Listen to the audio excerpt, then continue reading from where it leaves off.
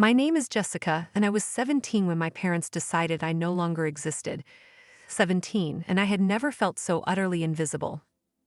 The weight of that night still presses on me when I close my eyes, as though every word, every movement, every silence was etched into my bones. I remember the kitchen first, the harsh fluorescent light that made every corner of the room unforgivingly bright, the smell of stale coffee lingering in the air like a cruel reminder that life continued around me while mine had just been canceled. My mother, Linda, stood by the sink, her hands clenched as though gripping the edge of reality itself. Her face was ghostly pale, the kind of pale that didn't signal fear or worry but disapproval so deep it seemed carved into her very skin. My father, Robert, was the opposite, rigid, silent, a monolith of anger that made the air itself tremble. He had the uncanny ability to make his absence of words feel like punishment, his eyes so sharp, and still it felt like they were scanning me for any hint of defiance I might muster. I had just told them I was pregnant. The words had left my mouth like a trembling whisper, but they hit the room with the force of a thunderclap. And then silence, but it wasn't the kind of silence that makes you think someone is listening, considering, questioning. It was a silence that suffocated, that judged, that condemned.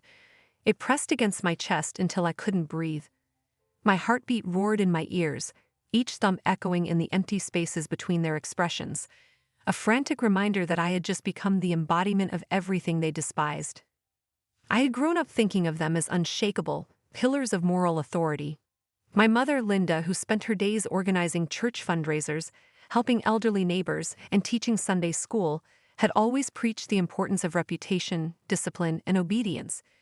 She wore her faith like armor and her approval like a prize to be earned. My father, Robert, had served in the Marines with the kind of rigid pride that left no room for weakness. He demanded respect, adherence, and conformity, and had little patience for anything, or anyone, he considered foolish or reckless. Together, they curated the image of perfection, presenting a family so polished it gleamed in photographs and whispered approval in the halls of our community. And I, stubborn, impulsive, human, had shattered that illusion with a single truth. "Get out," my father said. His voice was low, measured, and somehow colder than I could have imagined. There was a tremor in it, not of fear, but of a rigid moral conviction that made the words feel like a sentence. If you're old enough to make adult choices, you're old enough to live with them. The command didn't wait for negotiation, for explanation, for tears. It demanded immediate action. My mother, as though rehearsed in cruelty, began packing my belongings. Not neatly, not gently, but in cheap, black trash bags, the kind you buy in bulk at discount stores. She shoved my clothes in haphazardly, my shoes, my textbooks, my few sentimental items, the small evidence of my life before disgrace, stuffed and discarded as if they too were tainted. I watched in disbelief, each item hitting the bag with a dull thud, and I realized in that moment that the people who had promised to protect me had abandoned that promise entirely. By the time I stepped outside into the chill of the night, the city felt indifferent to my suffering. The streets were dark, the wind sharp against my cheeks, and the sky indifferent. I didn't have a plan, a home, or anyone to call. I sought refuge where I could, finding a friend's car parked under a flickering streetlight. Sliding into the back seat, I curled around my belly, trying to shield it from the cold, from the world, from the unrelenting reality that I was alone. The baby inside me, my first, my only, my miracle in the chaos, pressed against me as if sensing my fear. I wondered, with the raw, aching vulnerability of someone so young and so scared, if it could feel my tears, my hopelessness, the shattering of everything I had known. I didn't sleep. Not really. I drifted between restless dozing and wide-eyed panic, haunted by the faces of my parents, the echo of their rejection, and the chilling certainty that the life I had counted on, protection, guidance, love, had been revoked in its entirety. That night, I learned the most devastating truth of all. Unconditional love is not guaranteed. It isn't a birthright or a promise etched into family bonds. For some, it is conditional, fragile, and fleeting. And for me, on that night, it was entirely absent, leaving only the raw, aching reality of survival, the first lesson of a life I would now have to carve out from sheer determination and love for the tiny life I carried. Those first months were brutal in ways I could never have imagined, though I had braced myself for hardship. I worked long, grueling shifts at a small diner on the corner of our neighborhood, The kind where the coffee burned your tongue if you weren't careful and the grease in the kitchen seemed permanent, sticking to your skin and clothes no matter how many times you scrubbed. I balanced trays of lukewarm soup and burgers while keeping one eye on the tiny apartment above the laundromat I had rented, the only place I could afford with my meager paycheck. Nights were a carousel of fatigue and fear, and days blurred into a haze of exhaustion, online classes, diaper changes, and the endless tally of bills that seemed to grow faster than I could pay them. Every day my body ached, my feet swollen from hours on the hard diner floors, my back stiff from bending over cribs and folding endless laundry, but I didn't stop. I couldn't, because inside me, curled and warm and blinking up at me with enormous brown eyes, was my reason. My son, Ethan. When Ethan was born, I was terrified. The hospital room smelled of antiseptic and steel, and the cries of newborns echoed like warnings. I held him in my arms, tiny, fragile, impossibly perfect, and I felt a wave of fear so sharp it threatened to knock me off balance. I had no partner, no safety net, no one to tell me I could do this. The boy who had been his father, who had promised forever when I was 16, when we were both too young to understand the magnitude of our actions, had vanished after the first ultrasound. Not a word, not a glance, not even a sign of regret. I had been abandoned, but now, holding this tiny life, I understood that my job was absolute. I had to survive for him, grow for him, fight for him. I had no choice, and yet, for the first time in weeks, I felt something approaching clarity. Our apartment was small, barely a bedroom, a kitchenette, and a bathroom, but it was ours, and for a time, that mattered more than anything. The smell of detergent from the laundromat below seeped through the floorboards, mingling with the faint scent of newborn powder, creating a strange comfort in our tiny world. Nights were long and sleepless, a constant rhythm of lullabies whispered into the dim glow of a single bedside lamp. I would rock him in my arms until my own eyes threatened to close, feeling every tiny heartbeat, every breath, every flutter of movement as if it were a sacred pulse I alone could protect. Days were relentless. I balanced feeding schedules with online classes, nap times with shifts at the diner, and somehow learned to fold laundry, cook quick meals, and negotiate a world that seemed determined to crush me under its weight. Ethan grew quickly, and from the very beginning he was different. He had this insatiable curiosity, a way of staring at the world that made it seem full of questions, waiting for answers. Once, when I cut my hand on a kitchen knife while peeling potatoes, he climbed onto the counter with a toy stethoscope, squinting as though examining me with the precision of a real doctor. "I can fix it, Mommy," he said, his tiny voice full of solemn promise, and in that moment, I realized the world hadn't taken from him what it had taken from me. He had hope, and he had determination. That boy, my boy, carried a light I had never allowed myself to carry, and I learned to follow it, even through my own exhaustion, fear, and doubt. We were poor, but our poverty was never more than a backdrop to our lives. It never defined Ethan. I taught him about love the way my parents had failed to teach me, with no conditions, no judgment, no shame. He learned the rhythm of survival through tenderness, resilience, and the unspoken certainty that we had each other always. He absorbed lessons not just from me but from the life we carved together, that mistakes didn't erase worth, that courage was measured in persistence, that compassion was strength. When Ethan received his acceptance letter to Harvard Medical School, I cried harder than I had the day he was born. I sat on the edge of our modest apartment bed, the letter trembling in my hands, feeling the weight of every year, every tear, every sleepless night, every harsh word from strangers who assumed my life was over the moment I became pregnant. Here was my son, proof that love could rebuild what shame tried to destroy, proof that determination could overcome abandonment, and proof that the life I had been told I had ruined was, in fact, just beginning. My heart swelled with pride, not just for his brilliance, but for the life we had fought to create together, a life that no one, not even the parents who had discarded me, could ever take away. By the time Ethan became a top cardiac surgeon, he was 29, a man whose reputation preceded him wherever he went. He had pioneered surgical techniques that were now standard in hospitals across the country, appeared in medical journals whose glossy pages seemed too formal to contain the energy he brought into every operating room, and had even been featured in TV interviews celebrating his extraordinary skill. He was calm, precise, the embodiment of competence and empathy, and I, for once, could exhale without the shadow of fear, exhaustion, or rejection pressing down on me. We had fought tooth and nail for every inch of our life, And now, finally, it felt as if the universe had offered a quiet nod in our favor, as if life itself had recognized the years of struggle, sacrifice, and relentless perseverance. And then that afternoon, my phone buzzed. The screen glowed with a name that made my stomach flip in a way I hadn't felt in decades. Mom. I stared at it, my heart stuttering. The same name that once signaled judgment, rejection, and the harshest kind of cruelty now appeared in a sterile blue rectangle on my phone. I hadn't heard her voice in 29 years. Not a word, not a note, not a holiday greeting, a birthday wish, or a single attempt at reconciliation. And now, after nearly 3 decades of silence, it was her. Her voice came through when I finally answered, softer than I remembered, almost rehearsed, like an actor reciting lines they had memorized without ever feeling them. Jessica, she said, her tone careful, deliberate. We saw Ethan on TV. He's so talented. You raised him well. We're proud of you. The word proud landed in the room like a fragile balloon bobbing in air that I wasn't sure I wanted to breathe. Proud? The same people who had packed my belongings in trash bags, shoved me into a world of uncertainty, and made me feel unwanted and shameful were now proud. I laughed aloud, a sharp, bitter sound that startled me, echoing off the walls of my apartment. I wanted to tell her she didn't get to use that word, that it was a lie, that it had no weight when it came from someone who had abandoned me when I was at my most vulnerable. But I didn't. I stayed quiet, listening as her practiced tones continued, each word like a blade coated in syrup.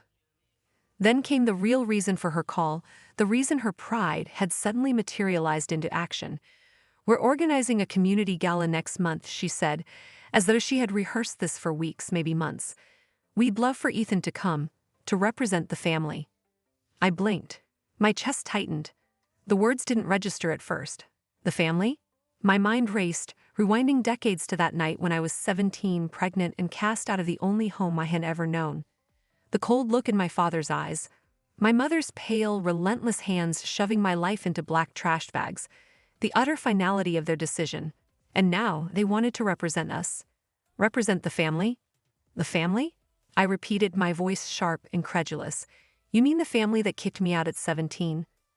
There was a pause, long and uncomfortable, filled with the weight of unspoken justification. Then she sighed, a sound meant to convey wisdom, regret, perhaps even tenderness. We were doing what we thought was right, she said, carefully measured. But now people know who he is. It's only fair that we all share in that recognition. After all, we raised you right. I could feel the blood rushing to my head. My hands tightened around the phone. My jaw ached from holding back the words I wanted to hurl at her. The same people who had disowned me, who had made me feel like a criminal for the most natural act of life, who had left me to navigate survival alone while the world whispered that I had no worth. They now wanted to claim credit for my son's brilliance. For a long moment, I sat there in stunned silence. Every fiber of my body screamed at me to hang up, to block the number, to erase the intrusion as decisively as they had erased me 30 years ago. And yet I stayed. I stayed because even in that searing wave of anger and disbelief, I realized something. The ghosts had returned, yes, but this time I was no longer the terrified 17-year-old. This time I was the mother of a man who had built a life of brilliance, compassion, and purpose out of the ashes they had left behind. And for the first time in nearly 3 decades, I allowed myself to feel the sharp clarity of justice, not loud or vindictive, but precise, cold, undeniable. Their attempt to step into our story now, after years of silence and neglect, wasn't just insulting, it was irrelevant. Because what they had tried to destroy, what they had thought they could erase, had survived, thrived, and outshone everything they had ever claimed to embody. When I told Ethan what had happened, the sudden phone call, the polished words of pride that felt hollow, the audacious request for him to represent a family that had disowned me, he didn't explode, didn't swear or curse the world the way I wanted to. He just sat quietly in the living room, hands folded on his lap, his face an inscrutable mask of calm. It was the same look he had when he was about to perform surgery, when lives hung in the balance and there was no room for panic. I felt a twinge of fear at his serenity, as if he had already anticipated every move, every lie, every excuse they might bring. After a long silence, he finally spoke, his voice low but unwavering. "Mom, I think I should meet them." I froze, the words echoing in my skull like a cruel wind. "After everything they did?" I asked, my voice barely above a whisper, tinged with disbelief and anger. He turned to me, eyes steady and calm, the same intensity he carried when explaining a procedure to a nervous patient. "I just want to understand them. You taught me to face things, not hide from them. I want to see them, Mom, not for closure, but for clarity." I wanted to argue. I wanted to shout that some things shouldn't be confronted, that some wounds didn't need reopening. But there was a resolve in him that mirrored the resilience I had worked to instill over decades. I nodded, knowing that resistance was futile. If he chose this, I would follow, not as a victim, but as a mother standing behind her son, the two of us armored by the life we had built together. A week later, we arrived at the restaurant, the kind of family diner that felt ordinary but carried with it the subtle weight of memories I'd never shared with them. Ethan walked beside me, tall, composed, radiating confidence I knew had been forged in the fires of our shared struggle. My parents were already there when we entered, seated at a corner booth as if they had claimed it by right. They were dressed like they were attending a wedding, my mother in a crisp blouse and pearls, my father in a blazer that didn't quite fit, both attempting to project dignity, control, and wealth, a facade that crumbled the moment I saw them. The moment my mother spotted Ethan, her posture straightened, her face melting into a practiced smile. "Sweetheart," she said, opening her arms, and for a heartbeat. It was as though the past 3 decades had been erased, as though she could simply fold him into her embrace and rewrite history. My father extended a hand, firm and deliberate, a gesture that tried to convey the pride of a grandfather he had never been. The tension in the air was immediate and suffocating, a tangible pulse of everything left unsaid, everything withheld, everything lost. We exchanged polite words, formalities that felt brittle, like they could shatter at any moment. The conversation was light at first, carefully measured, like two strangers circling the edges of truth. Then my mother leaned forward, her voice soft but deliberate, a rehearsed sweetness masking years of absence. "Ethan, we've always wanted what's best for your mother. We're glad she turned out well. It's because of how we raised her."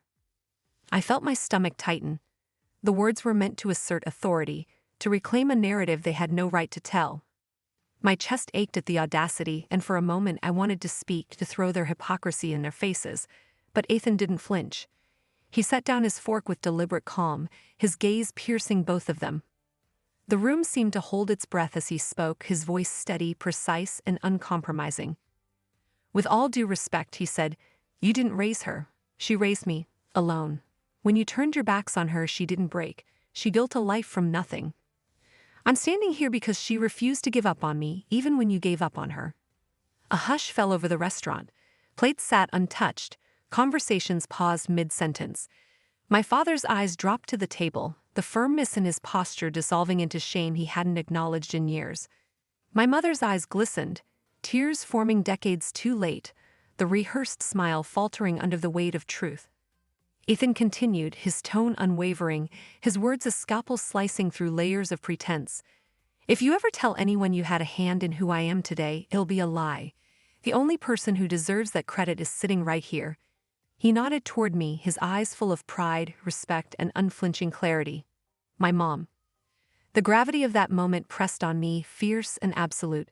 For once, the ghosts of the past were silenced, their claims of influence dismantled not by confrontation alone, but by the undeniable truth embodied in the man beside me. Our shared triumph, our life built from ash.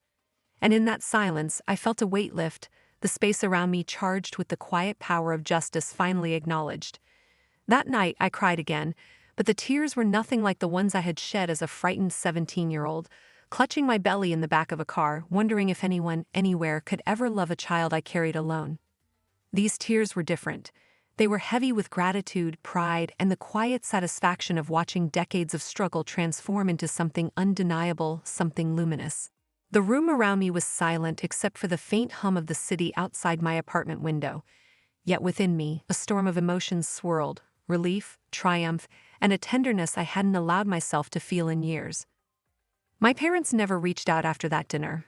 I suspect they finally understood, though perhaps not fully, that reputation means nothing without integrity, that appearances and hollow words can never erase the truth of someone else's sacrifices.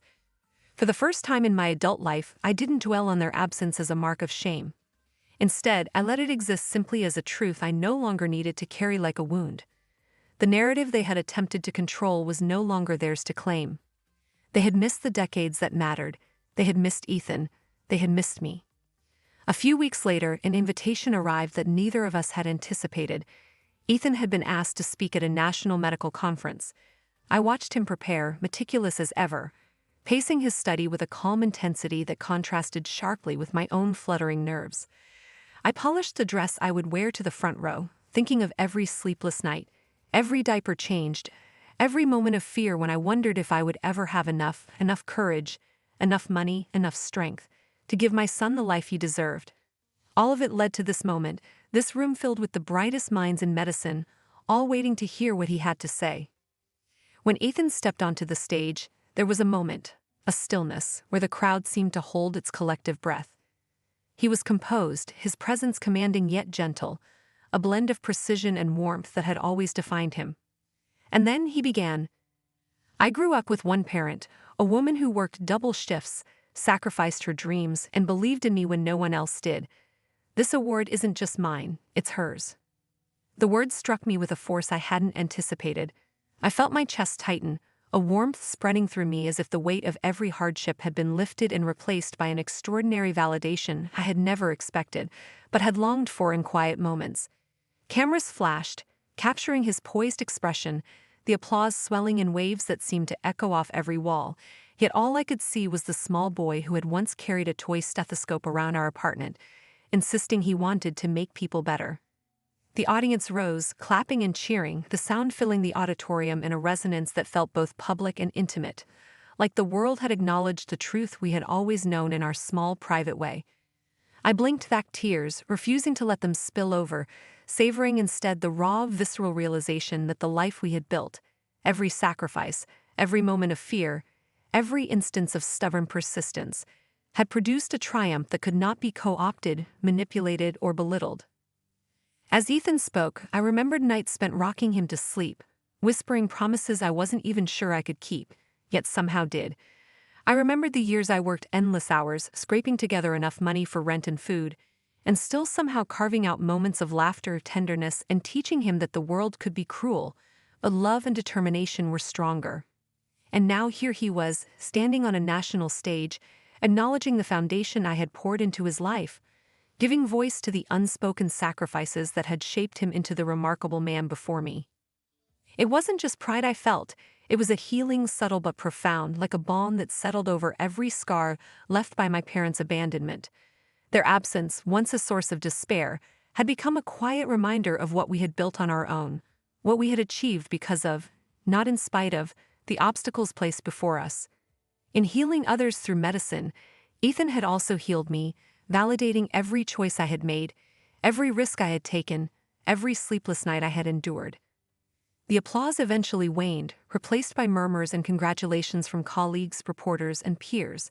But for me, the sound of the audience, the flashes of cameras, and the accolades mattered far less than the weight of his words, the acknowledgement of my devotion, and the knowledge that our bond, the bond forged in adversity and tempered in love, was untouchable, irreplaceable, and wholly ours. That night, I allowed myself to rest in a way I hadn't in decades. The ghosts of rejection, the shadows of judgment, and the echoes of past cruelty faded into the background. What remained was clarity, validation, and an enduring pride that no absence, no callousness, and no hollow claim could ever diminish. We had endured, we had triumphed, and finally I could feel the quiet, unwavering satisfaction of a story reclaimed, a life built from ashes, and a love proven indestructible.